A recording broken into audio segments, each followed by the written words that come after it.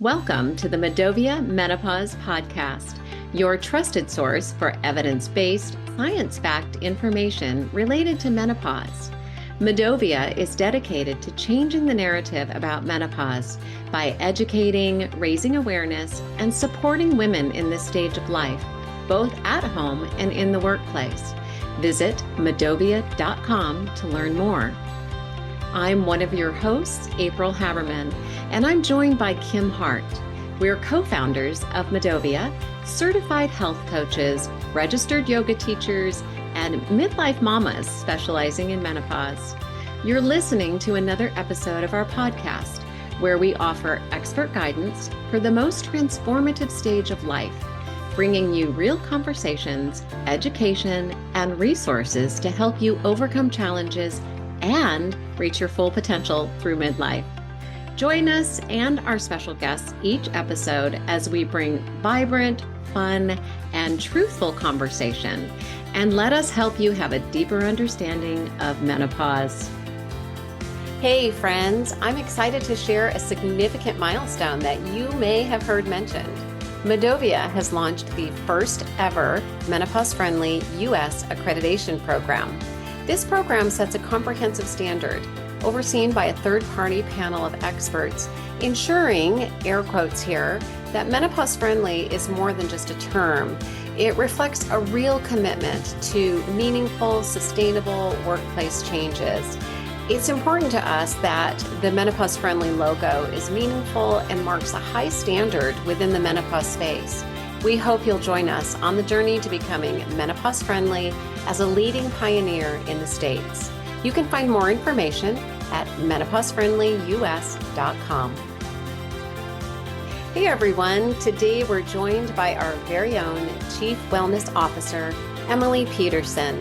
Emily has been actively working in the holistic healing arts for over 20 years. She's an ever-evolving student and practitioner of all things wellness. She has a background and passion in holistic body work, breath work, meditation, aromatherapy, sound healing, functional fitness, Pilates, and yoga. Take a listen. Welcome, everyone. We are so excited that we have the three of us on the show today. This is a first. I know. It's like, woo, woo. All three of us are here. Emma's usually out in the field, out and about, while Kim and I are just kind of holding down the HQ fort. But today, Emily is able to be with us, and we're so thrilled that she's going to talk about holistic wellness. So, Emily, thank you for taking the time to be with us today. Oh, it's my honor. I'm so grateful to have this time with each of you. Thank you. Well, let's start off by having you explain what holistic health means. How does it differ from traditional Western medicine and Western medical approaches?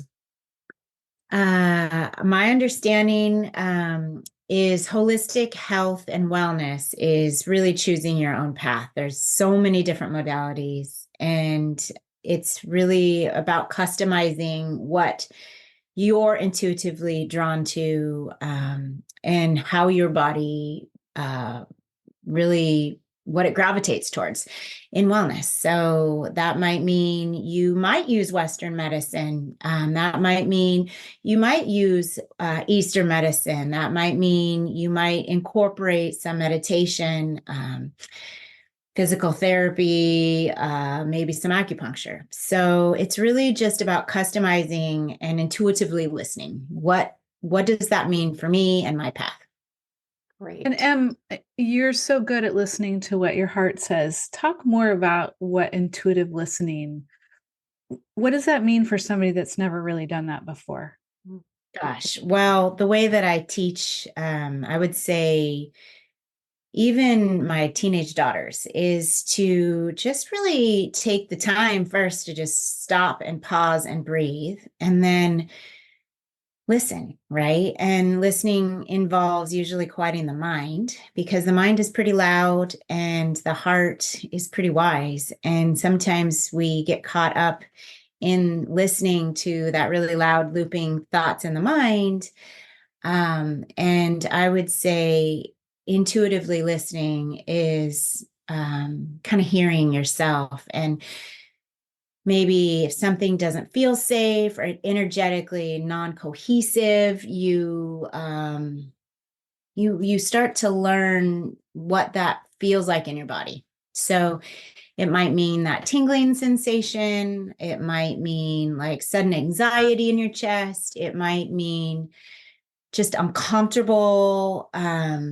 So it's really just about, as far as I'm concerned, just pausing briefly, breathing deeply, slowly, like taking the time to just stop. And like, yeah, that's kind of what that I love means. that. Thank you for your thoughts on that. We hear a lot, as you know, that stopping and even breathing during menopause, nobody has time, right? Mhm. And from a holistic health perspective, what do you think are the benefits of doing that during this midlife menopause time, of just paying attention and looking at all the ways you could take care of yourself? Well, I think in this midlife point, um, we're almost sandwiched in between taking care of everybody, right? All of these years. And suddenly we're kind of scrambling to figure out what it means to practice self-care for ourselves. It's not a habit, usually. It's not your first instinct. And in a lot of ways, society tells us women like that is just not okay. We got to take care of everybody else. Mhm. So I think kind of leading back to your question, in regards to what that might mean is just practicing, again, listening, pausing, breathing, and starting to put yourself first. Because, the whole adage of putting the oxygen mask on first is true, right? You got to take care of yourself. You got to fill your own cup. And then it can overfill to the others around you. Yeah. Yeah. And midlife is such we know because we're all in midlife right now, but midlife can be a really difficult time, or just challenging time. I don't know if it's necessarily difficult, but challenging time when we're straddling so many responsibilities and taking care of ourselves, right? We call it that middle place here at MiDOViA with the three of us. It can be hard to take that time to pause when we have so many things that we're juggling. As it relates back to menopause, though, and this holistic wellness space, there are so many different modalities that you've mentioned a couple of. I'm wondering, as you think about, Emily, the 34 symptoms that can present with menopause, what do you think is most beneficial? If you could just pick, your top two modalities, what would you say is the most beneficial for women in this stage as they're looking at managing menopause symptoms? Hmm. I think breath work is probably um, the number one thing you can do for yourself. If anything, just connecting with your breath, like hearing your breath, recognizing when your breath becomes shallow and you're breathing from your chest. We become so disconnected. And I would say breath work is free, right? You just need Mhm. to kind of start to practice it. And what does that mean? You could go down the rabbit hole of information, but maybe even just picking one, maybe two, or even just, hey, I'm just going to practice slowing my breath down and noticing if I can widen it, if I can deepen it, if I can recognize it when it's not quite right. I would say, um, if movement was considered a holistic modality, just mindful movement, that could be walking, that could be Tai Chi, that could be yoga, that could be really just moving your body and feeling maybe that proprioception, right? That feeling of movement in space, so that Mhm. we're not so disconnected from what's going on with our symptoms, not so disconnected from what's going on with our breath even. Yeah. So yeah, that would be maybe my first top two. Yeah. Yeah. Yeah. It's hard to pick, I know. Sorry to throw that curveball at you Okay. there, but I want to come back to breath work for just a moment, though, because I think we might take it for granted. All three of us work in yoga at least, and breath work is a large part of yoga. Uh, for some listeners, they might not understand or recognize or be aware of the fact that that long, extended, deep breath can be very beneficial. So, can I come back to that for just a minute and have you expand on that a little bit more and tell our listeners why? Why is that important and what does that do, physically speaking, to our bodies or with our bodies? Well, I think that's a great question, April. I would say breathing is something we do the second we enter the world. It's what we do until we leave this world, or this, life. And our breath is with us the whole time. We do take it for granted. We do take it for granted that that it is one, a living system in our body, keeping us alive. Two, our lungs, our organs, right? And they're meant to expand when we inhale, and they're meant to purge out the toxins in our body as we exhale. So physiologically, it's essential for vitality. I would say as an athlete, I have used my breath to, I guess, better my skill, better my performance. I would say as a yogi, I've used my breath to really dig deeper into that body, mind, spirit connection. I would say just as a human that suffers from anxiety, at times I've used that breath to just counteract the negative effects that anxiety might kind of riddle me with. I'm using that breath right now, just slowing my Yeah. breath down, breathing in and through my nose, down the back of my throat, kind of tapping into that tactile sensation, bringing that breath into my lungs, but also into my belly, and just really slowing down. Yeah.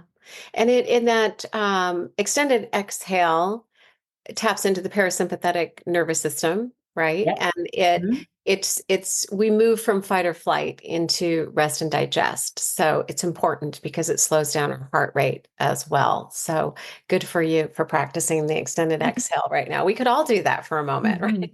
Oh, we We should have could done take it at a the few beginning. moments to breathe. Yes, yeah.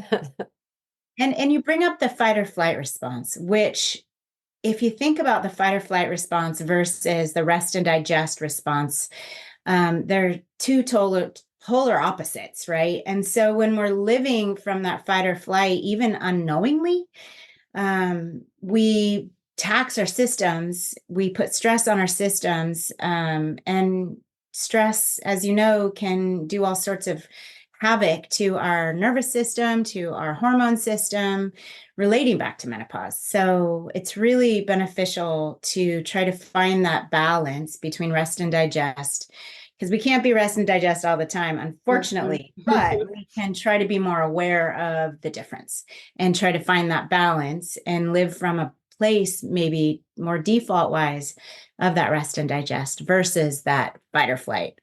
Yeah. My Yeah. good friend Amy always goes, and I'm like, oh, what are you doing? She goes, like, sometimes I forget to breathe, Oh, you yeah. know? Yeah. And is there any triggers that you have, Emily, where you remember, like, okay, I need to slow down, I need to take a minute to breathe? Is there anything that, you do to help yourself remember to do that? I am lucky enough to basically teach a lot of yoga classes throughout the Mhm. week. So I would say that is a gift in many ways for me, because it becomes more of a pattern for me. Mhm. My triggers are, I have two teenage daughters, and that's probably enough said.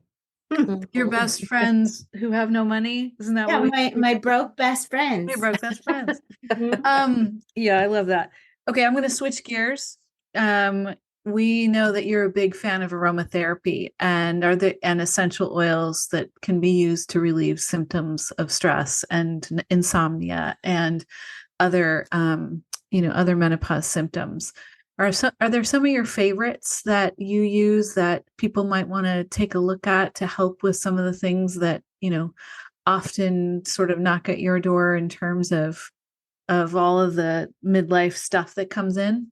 Absolutely. Mm-hmm. I love aromatherapy. I've taken way too many hours of study. I'm not an aromatherapist per se, but I do practice it and I have used them in work, in home life, just in general for maybe, gosh, since 2000. So I would say lavender is a good one, but I would clarify the difference between a high grade essential oil that is of pureness and the low grade. So you kind of get what you pay for. And I would be conscientious and careful of what you put on your skin, what you're putting in the air and micromolecules that you're breathing, that your pets are breathing, that your people are breathing. So again, just check your labels and do your research on sustainability and where they come from and what they're made of and what they may or may not be filled with. But yes, lavender, I use a lot of frankincense.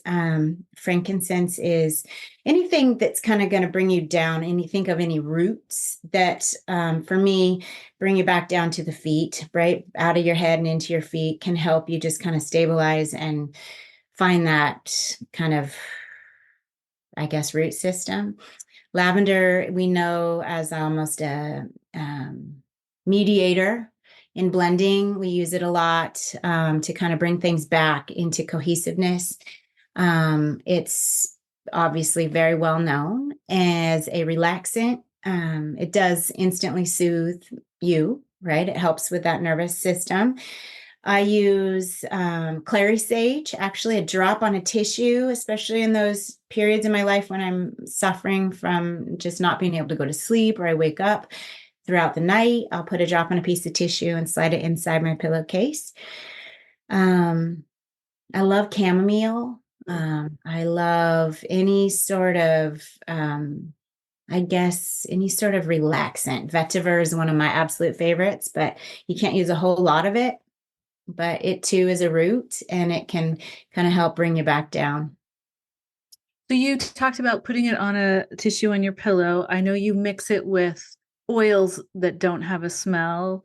Jojoba oil being one of your favorites, and you use it, all over your body. Right? Are there other ways in which you can use aromatherapy? I know I call it burning it, but use my diffuser to steam it, if you will. But what are some of the ways in which people can, best interact with those those oils and smells?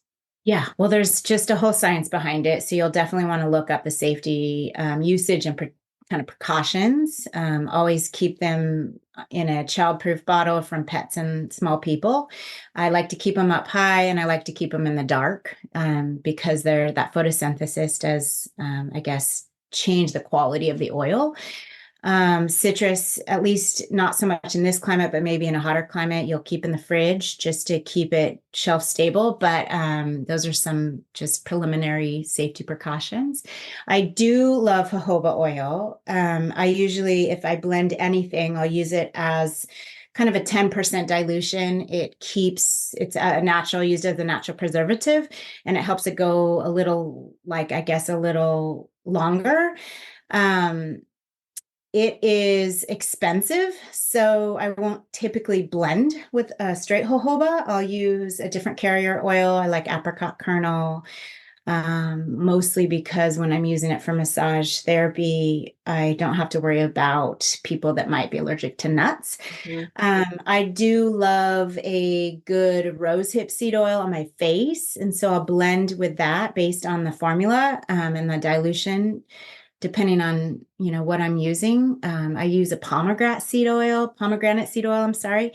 And I mean, I think oils, we forget how beneficial each of them are based on where they come from too. I was just reading about marula oil and how wonderful it is as a carrier.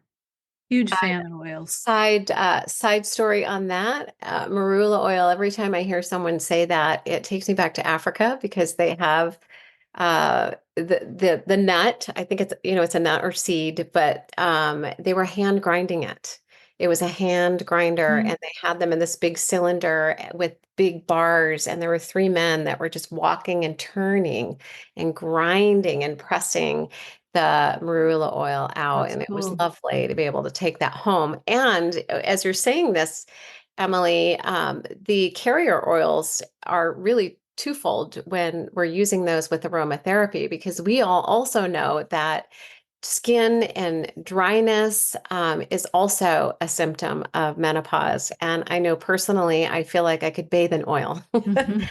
or swim in oil every single day, and it's still not going to be enough. So it can be beneficial in that respect as well. And then I also use it as a room spray. Just mix it in a little spray bottle with my aromatherapy oils and spray it. And what do you mix with that? I'm at a blank. The brain fog is hitting with the room sprays. It Oh, is like you can make a distilled little water. toner.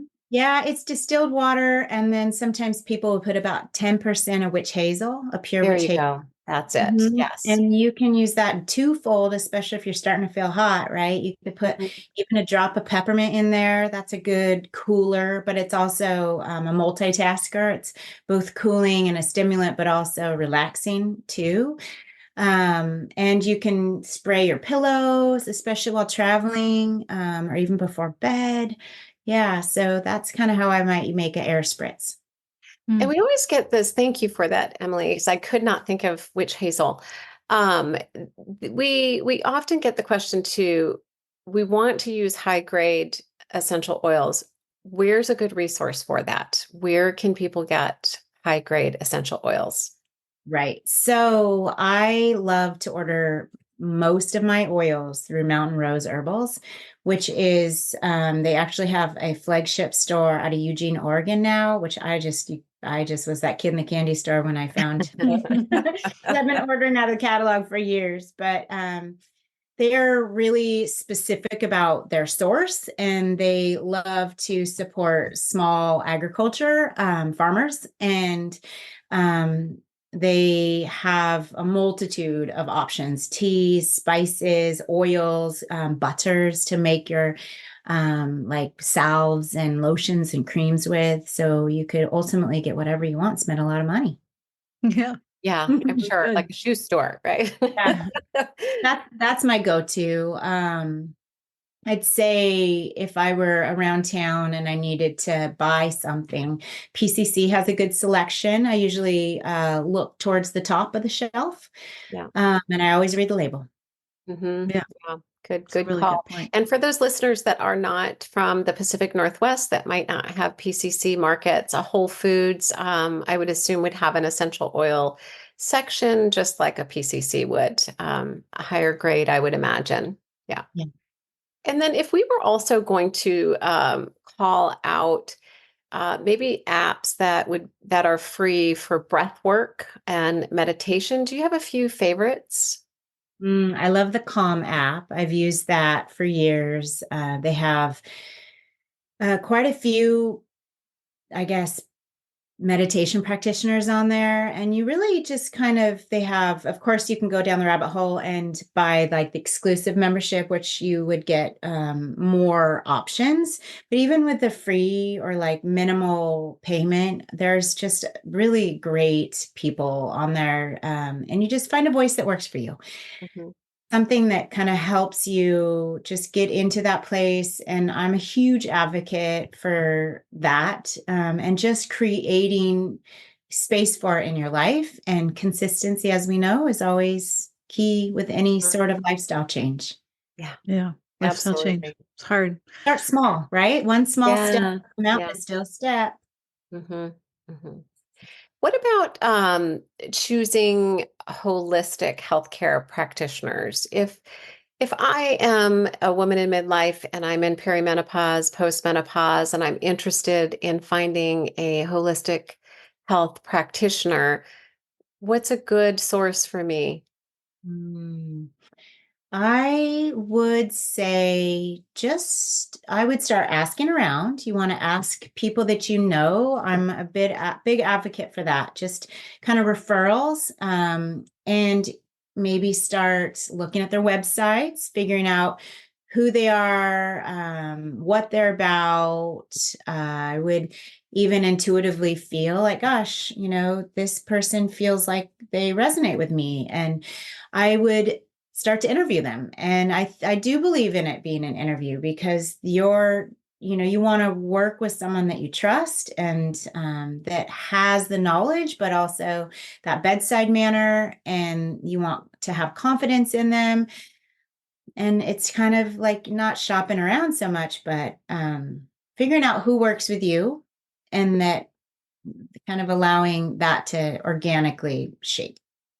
You know, Em, you've said a couple of times when we were talking about using your intuition, but listening to your gut instinct or your heart or whatever the kind voice is on the doctor, on the smell that you want, like everything from the beginning, on breathing, like spend some moments just with yourself. And it doesn't need to be long, but just take a minute and take a breath in and figure out how you feel about things. And I really appreciate that you're always able to do that. No matter what chaos is going on around us, I'm always like, what did you think, Emily? Because you have this ability to do that. So I appreciate that so much. What advice would you give to someone who's new in the holistic health space, who's interested in these approaches for menopause? Where would they start? What kind of if you were just talking to them, what would you tell them to think about as they're trying to figure out how to change their midlife in a place that's more calm for themselves? Keep asking questions. Yeah. I think just keep asking questions. Ask the questions, follow up. If something intrigues you, keep asking questions. It's not a one size fits all scenario. I think we've been taught in a lot of ways that Western medicine, and trust me, I wouldn't want to live in a world without it. But I think that this holistic kind of wellness path is about asking questions, even of yourself. Like, what does that feel like? Does that feel right? Can you tell me more? That's a great question. I love to ask myself even that question, like, is there more to this? And sitting with that, quieting your mind enough to sit with that and hear it and listen to it, and then act upon it, but maybe not right away. Yeah, I love that. I love that. And, you've already mentioned for our audience to make sure that with essential oils, for example, that they're using high grade, that, as they're looking for holistic health practitioners, listen to your gut. There are credentials, look at credentials, do your homework, right?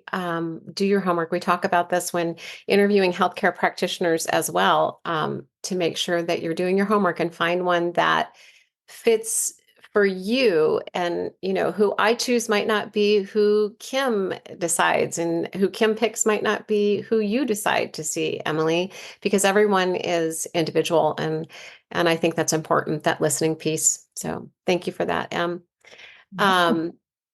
Should we move Rapid into, fire? yeah, Are you ready? like, should we move into some fun rapid fire? Because that would be fun. Let's do it.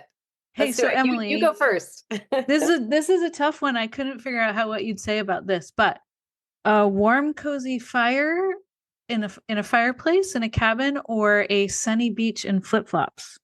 Ooh. See, I thought that'd be I'd say warm, cozy, fire lit ambiance with a cup of tea, hot. Okay. All right. You're getting a What little kind bit. of tea? What kind of tea? My go-to is peppermint. Okay, good. Yeah, I love peppermint too.